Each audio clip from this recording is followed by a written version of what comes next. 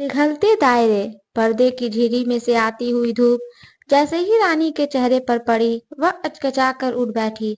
पलट कर देखा, संजीव नींद में बेसुध सो रहे थे। रात को देर हो जाने के कारण उसी सिल्क के कुर्ते में ही सो गए थे जो शादी के समय पहना था। उठकर कमरे से बाहर आई और पूरे घर पर नजर डाली।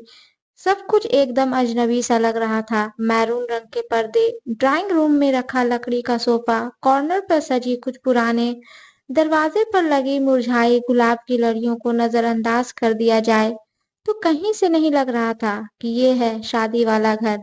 उसका मेकअप भी अभी उसी तरह था जैसे शादी के समय किया था। शादी के बाद आज इस घर में उसकी पहली सुबह थी। संजीव की माँ व बहन उसका गृह प्रवेश करवाकर रात को ही अपने अपने घर चली गई थी। जाते समय संजीव की माँ ने कहा था, अब ये घर तुम्हारा है, तुम इस घर को जैसे चाहो संभालो।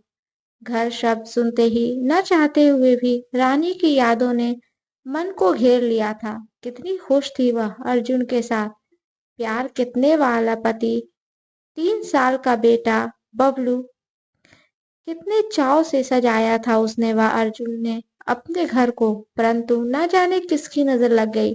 एक सड़क हादसे में पल भर में ही उसके अर्जुन को उससे दूर कर दिया था। कितनी टूट गई थी रानी अर्जुन के जाने के बाद। उसकी तो दुनिया ही उजड़ गई थी। रो रो कर उसका बुरा हाल था। माँ बाबूजी उसको हर पल दिलासा देते, समझाते कि उसको अपने लिए ना सही बबलू के लिए दूसरी शादी के बारे में सोचना चाहिए। हर बार रानी का जवाब ना ही होता। रानी के भविष्य के बारे में सोच सोच कर उसके माँ बाबूजी उम्र से अधिक उम्र दराज लगने लगे थे। उनके चेहरे की सिलवटें दिन पर दिन बढ़ती जा रही थी। फिर एक दिन बरेली वाली चाची संजीव का रिश्ता लेकर आई। संजीव एक अच्छा लड़का है, सरकारी नौकरी है, अपना घर, शराब सिगरेट का भी आदी नहीं है। उसमें अपनी रानी राज करेगी उस घर में। आखिर काफी सोच विचार के बाद उसने इस शादी के लिए हाँ कर दी। रानी व संजीव दोनों की ही यह दूसरी शादी थी।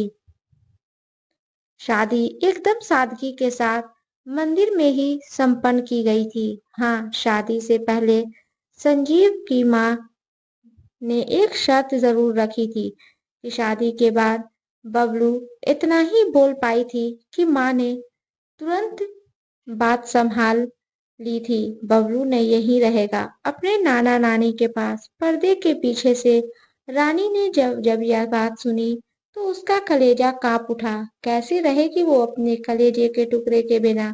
और बबलू भी तो अभी सिर्फ 3 साल का है, वह भी अपनी माँ के बिना कैसे रह पाएगा। उसकी आंखों से आंसू बहने लगे थे। इस एक रिश्ते के लिए उसे ना जाने क्या क्या छोड़ना पड़ेगा। अर्जुन के साथ बिताए सुनहरे पलों की यादें, उसके दिल का टुकड़ा, उसका बबलू। रसोई में जाकर रानी ने चाय का पानी गैस पर चढ़ा दिया। अब तक संजीव भी उठकर रसोई की तरफ आ गए थे। सुनो रानी, चाय में अदरक जरूर डालना, मुझे अदरक वाली चाय ही पसंद है। रानी के मन में फिर से यादों का रेला उमड़ पड़ा। कितना फर्क है संजीव और अर्जुन की आदतों में। अर्जुन को चाय में अदरक कतई पसंद नहीं थी। रानी ने चाय के कप लाकर डाइनिंग टेबल पर रख दिए। सामने बैठकर दोनों चुपचाप चाय पीने लगे। बोलने की पहल इस बार भी संजीव ने ही की। सुनो, शाम को ऑफिस से लौटते समय मैं खाने को कुछ बाहर से ही लेता आऊंगा। तुम दिन में थोड़ा आराम कर लेना, कल की थकान अभी उतरी कहाँ होगी। रानी ने फिर उसी अटपटे अंदाज से हाँ में बिना कुछ बोले सिर हिला दिया। संजीव के घर से निकलते ही उसने अपनी माँ को फोन मिलाया। माँ, बबलू ठीक तो है ना, आपको अधिक तंग तो नहीं कर रहा। उसने नाश्ता किया? अरे बबलू तो अभी सो ही रहा है। तू अब बबलू की चिंता छोड़, वहां सब ठीक है ना। अब तुमको अपने व संजीव के में अधिक सोचना चाहिए, ना कि बबलू के बारे में। रानी रोनी सी हो गई। उसने फोन बंद कर दिया। कमरे में लेटकर न जाने कब तक तकिया भिगोती रही। शाम को दरवाजे पर दस्तक हुई तो पाया संजीव हाथ में कई सारे पैकेट कपड़े खड़े थे। लगता है तुम अभी सोकर उठी हो, तुम फ्रेश हो जाओ, शाम की कॉफी मैं बनाता हूँ। रानी बाथरूम से लौटी तो देखा संजीव बालकनी में 2 कप कॉफी लिए खड़े उसका इंतजार कर रहे थे। संजीव ने रानी के चेहरे पर छाई उदासी को देखकर पूछा, क्या बात है? कोई परेशानी है क्या? कॉफी अच्छी तो बनी है। जानती हो रानी, अनवर जब इस घर में थी तो शाम की कॉफी हमेशा मैं ही बनाता था। उसे रसोई के काम करने में जरा सी भी दिलचस्पी नहीं थी। फिर भी पता नहीं बिना कुछ कहे क्यों छोड़कर चली गई। वैसे तुम्हें भी अर्जुन की याद तो आती ही होगी। रानी ने हड़बड़ाकर संजीव के चेहरे की तरफ देखा। लगा यादों के ठहरे पानी में किसी ने पत्थर फेंक दिया हो। अर्जुन एक बार फिर से यादों में उतर आए थे। संजीव ने नोटिस किया कि रानी अपनी तरफ से कुछ बोल ही नहीं रही थी, सिर्फ उसकी कही बातों का हाँ हूं में ही जवाब दे रही थी। संजीव ने टेबल पर रखे फ्रूट पैकेट खोले और रानी से कहा, आओ खाना खा लेते हैं, मुझे अभी भूख नहीं है, आप खा लीजिए, मैं बाद में खा लूंगी, कहकर पलंग पर जा लेटी। प्लेट खटकने की आवाज उसने लगा संजीव खाना खा रहे हैं। उसके मन में यादों के समुंदर की लहरें उछाल मारने लगी। जब कभी वह अर्जुन से नाराज होकर बिना खाना खाए सो जाती थी तो अर्जुन भी बिना खाए ही सो जाते थे। सुबह सोकर उठी तो पाया कि संजीव ने भी खाना नहीं खाया था। उसने संजीव से पूछा, आपने खाना नहीं खाया? मैंने सोचा जब तुम उठोगी तो इकट्ठे ही खा लेंगे, संजीव ने कहा। रानी की पहली बार अपने आप पर गुस्सा व संजीव के लिए अपनापन महसूस हुआ। उसने सोचा संजीव बिल्कुल भी वैसे नहीं है जैसा वह सोच रही थी। रानी व संजीव के बीच की दूरियां कम नहीं हो पा रही थी। ऐसे में एक दिन ऑफिस से आकर संजीव ने बताया कि आज माँ का फोन आया था।